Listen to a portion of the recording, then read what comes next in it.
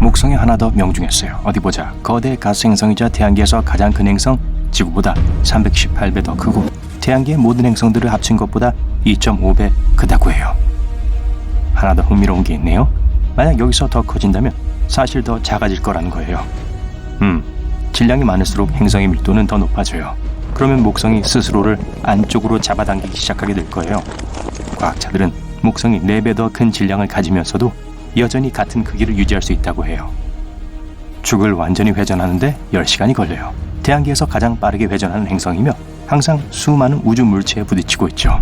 이는 목성을 관찰하던 아마추어 천문학자들이 발견했는데 이들은 행성 표면에서 몇몇 특이한 섬광을 보았어요. 이런 섬광은 충돌 때문에 생기는데 어떤 이유에서인지 목성은 다른 행성보다 더 많은 충돌이 일어납니다.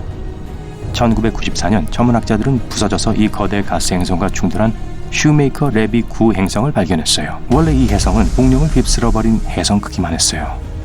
하지만 이 소행성은 20개 이상의 조각으로 부서졌죠. 부서지면서 이 행성의 표면이 어두워졌고 그런 식으로 몇 달 동안 있었습니다. 15년 후인 2009년에 천문학자들이 목성에서 지구만한 크기의 흑점을 발견했어요. 그 흑점은 길이가 200에서 500m 되는 소행성의 짓이었죠. 지구에서 기록된 가장 큰 소행성은 1908년 러시아의 둥구스카 지역을 강타했어요. 아무도 그 분화구를 발견하지 못했지만 거대한 폭발을 일으켰어요. 그런데 목성은 왜 이렇게 많은 우주물체의 표적이 된 걸까요? 지구와 목성을 지나가는 소행성과 해성은 거의 같은 속도로 움직여요. 상호작용할 수 있는 우주물체의 개수 밀도도 거의 같아요. 하지만 이것들이 부딪힐 수 있는 단면이 매우 다르죠. 목성은 우리 행성의 지름 11배인데 그 뜻은 목성의 단면이 약 125배라는 걸 의미해요. 행성이 더 클수록 중력의 인력도 더 강해집니다. 그래서 떠다니는 몇몇 우주물체들을 유도할 수 있죠. 우리의 중력장은 목성보다 약해요. 만약 어떤 물체가 시속 35,888km나 그 이하로 우리를 지나 움직인다면 우리의 중력이 그걸 끌어당길 거예요. 소행성과 해성은 보통 그것보다 더 빠른 속도로 움직여요. 목성은 지나가는 대부분의 해성과 소행성을 끌어당겨요. 만약 우리 지구가 목성에 있는 것처럼 큰 물체에 자주 부딪힌다면 공룡 때와 같은 멸종을 수천 배나 더 자주 겪게 될 거예요. 2020년 과학자들은 금성의 궤도에 특이한 소행성이 있다는 걸 발견했는데 그게 금성의 첫 소행성이었어요. 작은 산의 크기로 지구의 깊은 바위에서 찾아볼 수 있는 광물들이 풍부했죠. 과학자들은 심지어 그게 우리의 태양계가 형성되었을 때 만들어진 더 큰 소행성 집합들의 단서가 될 수 있다고 생각해요. 금성 주변의 미스터리, 그것만이 아니에요. 이 행성에는 시속 354km 이상의 속도로 구름과 폭풍을 행성 주위에 몰아치게 하는 미친 듯이 사나운 바람이 있어요. 이건 금성이 자전하는 속도보다 60배 더 빠른 속도예요. 또 과학자들은 여전히 금성의 바다에서 무슨 일이 일어났는지 확신하지 못하고 있어요. 그들은 이 행성이 태양에 아주 가까이 있어서 우리 증발의 증기로 대기 중으로 들어갔을 거라고 믿어요. 그게 태양으로부터 오는 열, 즉 시간이 지남에 따라 점점 더 물을 증발시킬 수 있는 열을 가두게 됩니다. 금성은 아마 지구와 같은 환경을 가졌을 거예요. 하지만 그건 아주 오래전 일이었겠죠. 이 이론에 의하면 많은 해성과 소행성이 금성에 충돌했다고 해요.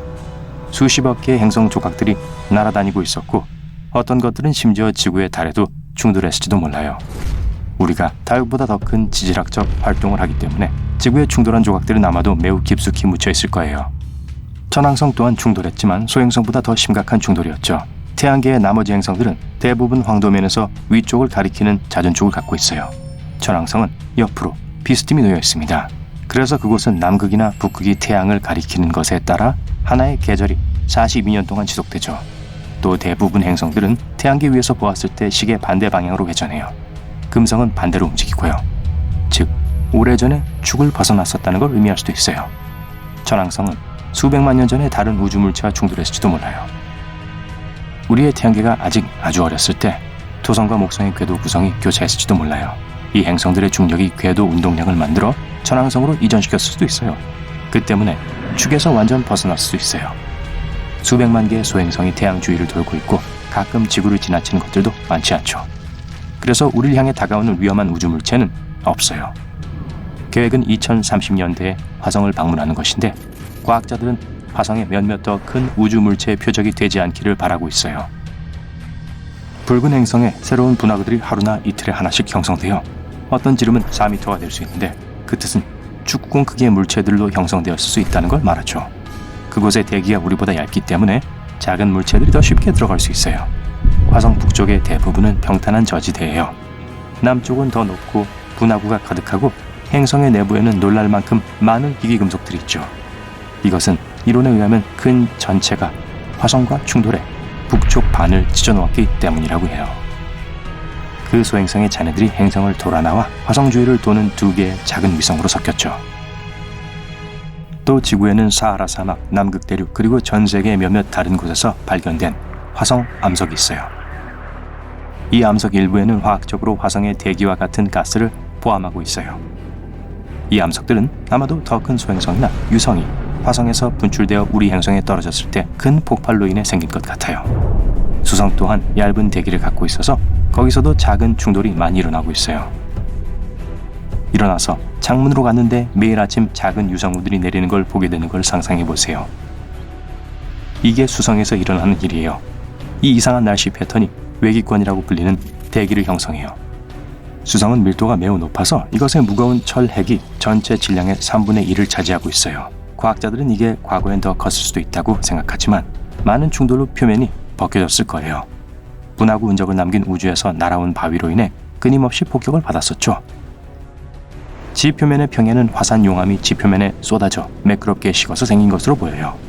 많은 분화구들이 그런 물질로 가득 차 있는데 그 뜻은 수성의 세계를 흔든 또 다른 게 있다는 걸 의미하죠. 바로 화산이에요.